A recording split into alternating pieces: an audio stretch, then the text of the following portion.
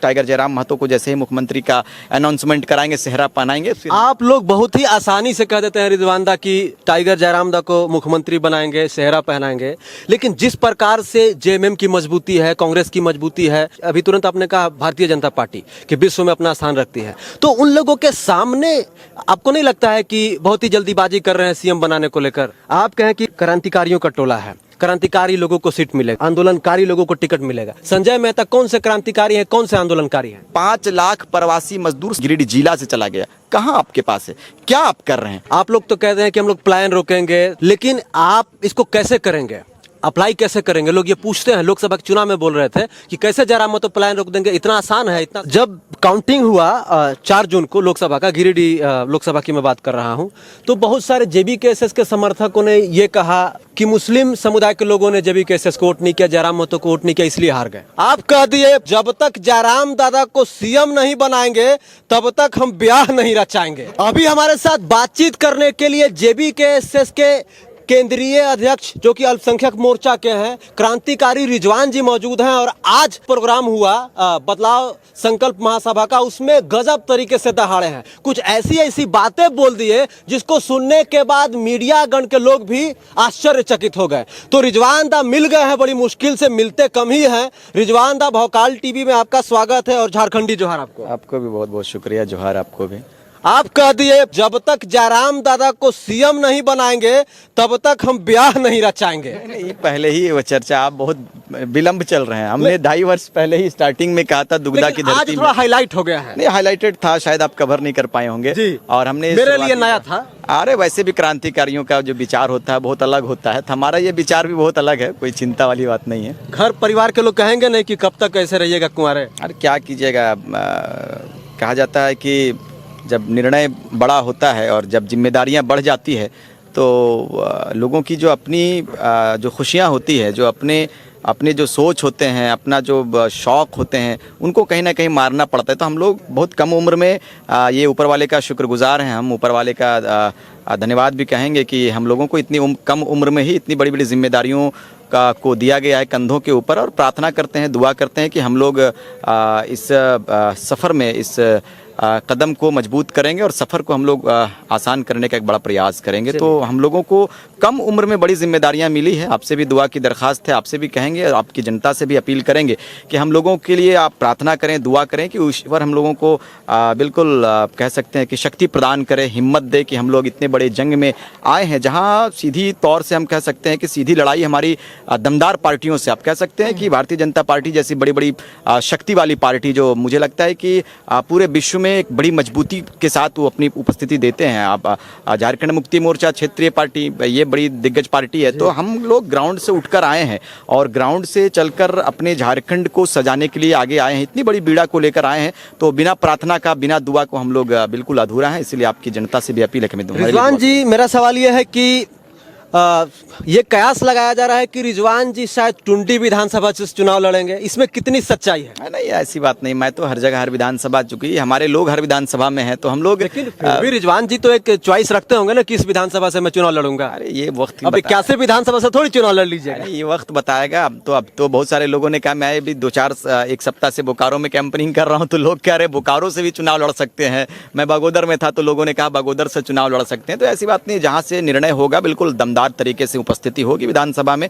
और चूंकि हम लोगों ने बिल्कुल तैयार किया है, हम लोगों ने खेत को बेहतर रूप से जोतने का काम किया है और अब इसका फसल लगाने का वक्त आ गया है। और फसल हम लोग 2024 में जब हम लोग बेहतर रूप से 54 विधानसभा में हम लोग जीतकर बेहतर रूप से जब झारखंड में लीडरशिप देने के लिए आगे आएंगे और टाइगर जयराम महतो को जैसे ही मुख्यमंत्री का अनाउंसमेंट कराएंगे, सेहरा पहनाएंगे, फिर हम लोग फसल को काटेंगे और अपने झारखंड को सुंदर बनाएंगे। आप लोग बहुत ही आसानी से कह देते हैं रिजवान दा कि टाइगर जयराम दा को मुख्यमंत्री बनाएंगे, सेहरा पहनाएंगे, लेकिन जिस प्रकार से जेएमएम की मजबूती है, कांग्रेस की मजबूती है, क्योंकि एक इंडिया गठबंधन में 4 पार्टियां हैं और सभी पार्टियां जो है दमदार पार्टियां। अभी तुरंत आपने कहा भारतीय जनता पार्टी कि विश्व में अपना स्थान रखती है, तो उन लोगों के सामने आपको नहीं लगता है कि बहुत ही जल्दीबाजी कर रहे हैं सीएम बनाने को लेकर? नहीं नहीं नहीं नहीं, हम लोग तैयार हैं, तैयारी अनाड़ी करते हैं, खिलाड़ी हमेशा तैयार रहते हैं। लोगों ने इसी आंकड़े के साथ में अपनी जो सोच थी उन्होंने सारे लोगों ने पेश करने का काम किया था। टेलीफोनिक माध्यम हो या फिर सोशल साइड हो, लोगों ने कहा था कि 50,000 में ये लोग सिमट जाएगा। ऐतिहासिक प्रचंड बहुमत हमने लाया है, 3.5 लाख,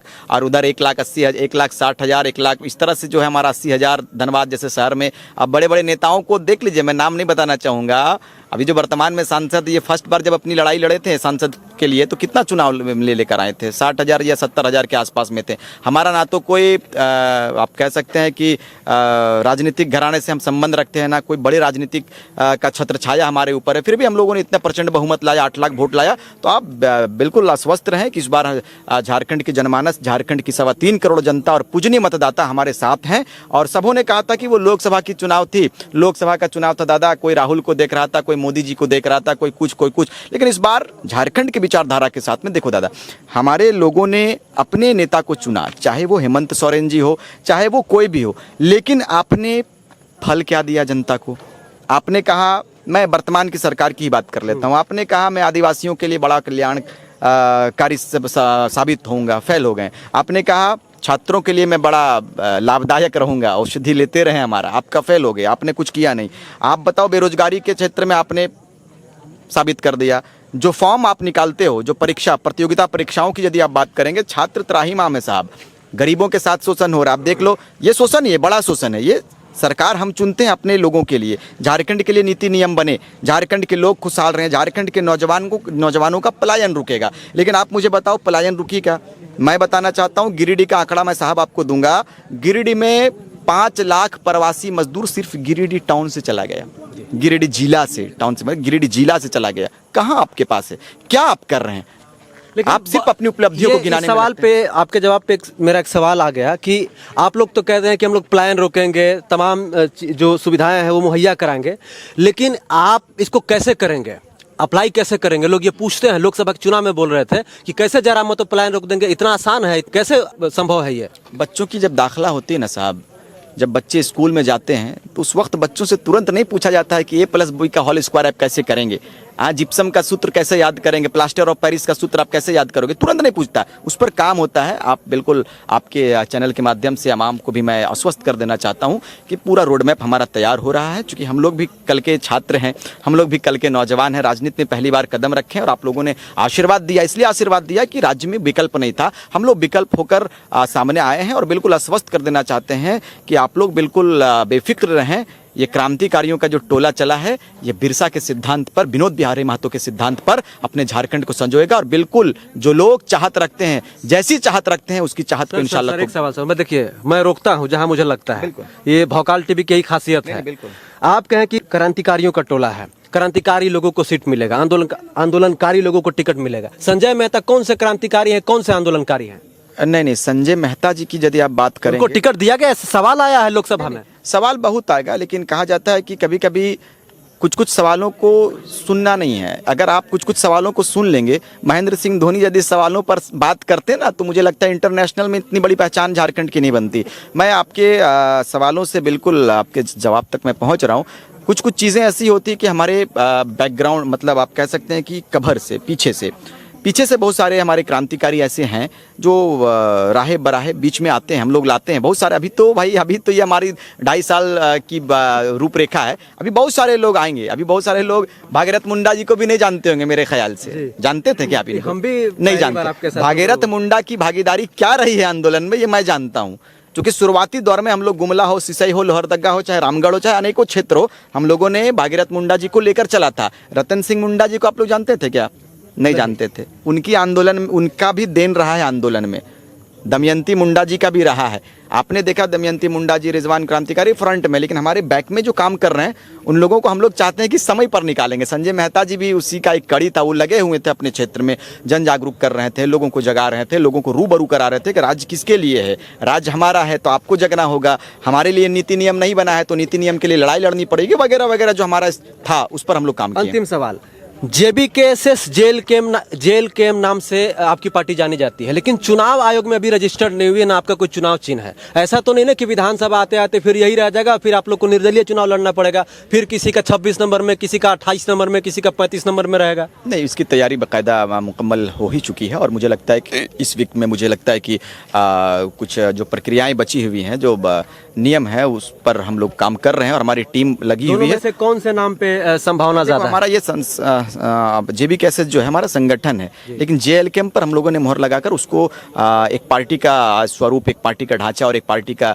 हम लोगों ने निर्णय लिया है कि नाम रखकर उस पर नामकरण करके उसी के आधार पर हम लोग चुनाव लड़ेंगे। बाकी जैसा भी होता है हम लोग संदेश देने का काम आपके चैनल के माध्यम से और पत्रकार बंधुओं के माध्यम से करते रहेंगे। एक और सवाल, क्योंकि बहुत दिनों बाद आपसे मुलाकात हुई है, जब काउंटिंग हुआ 4 जून को लोकसभा का, गिरिडीह लोकसभा की मैं बात कर रहा हूं, तो बहुत सारे JBKSS के समर्थकों ने ये कहा, आपके एक प्रवक्ता हैं मेरे साथ जब इंटरव्यू कर रहे थे, उन्होंने कहा कि मुस्लिम समुदाय के लोगों ने JBKSS को वोट नहीं किया, जयराम महतो को वोट नहीं किया, इसलिए हार गए।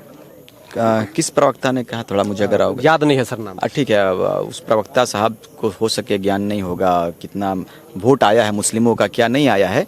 सारे लोगों का वोट मिला है, ठीक है, किसी का कम मिला है, किसी का ज़्यादा मिला है, लेकिन हमारे लोगों ने भी 12% 13% वोट देने का काम किया। 12% 13% एक बड़ी आबादी होती है, ठीक है, लोगों को समझ लेट से आएगा, लेकिन आएगा धीरे धीरे। आप यूँ कह सकते हो कि तुरंत हर चीज़ छोटे चीरा ना होते रहे, वो छोटे चीरा वाला का, ठीक है, मुस्लिम है, थोड़ा लेट से, चूँकि समझ बहुत वो एनालाइसिस की पूरी कोशिश कर रहे हैं। नहीं, वो एनालिसिस करते हैं। हम लोगों ने जितना प्रयास किया है, पूरी दुनिया ने, पूरे झारखंड में देखा लोगों ने कि हम रिजवान क्रांतिकारी का जो मेहनत रहा है, रिजवान क्रांतिकारी जो रात भर लगातार 2-2:30 बजे तक हम लोगों का जो कार्यक्रम रहा था, खास करके मैं अपनी बात कर रहा हूँ, मैं तो अलग रूप से कैंपेनिंग में जैसे जेल से मैं निकला, मैं पूरे रूप से, बेहतर रूप से और बिल्कुल अपने लोगों के साथ में मैं गाँव और बाकायदा मैं पूरे रोड मैप के साथ में, मेरी गोमिया से कार्यक्रम शुरू हुई, गोमिया, बेरमो, डुमरी, टुंडी, ये पूरा इलाका हमने बाकायदा पूरे टीम के साथ में लोगों को जगाने का काम किया और मुसलमान लोगों के बीच में मैं खुद गया हूं, लोगों ने कहा है, लेकिन जितनी उम्मीदें थीं उतना बेशक नहीं आया है, निश्चित रूप से हम कह सकते नहीं आया है, लेकिन 11-12% भी यदि हमारे साथ अल्पसंख्यक लोग और मुसलमान अगर जुड़ रहे हैं, तो मुझे लगता है कि आने वाले समय में इनका टोला बेहतर रूप से बड़े जत्थे के रूप में हमारे साथ में आने का काम। राज्य में अभी कौन है मुख्यमंत्री?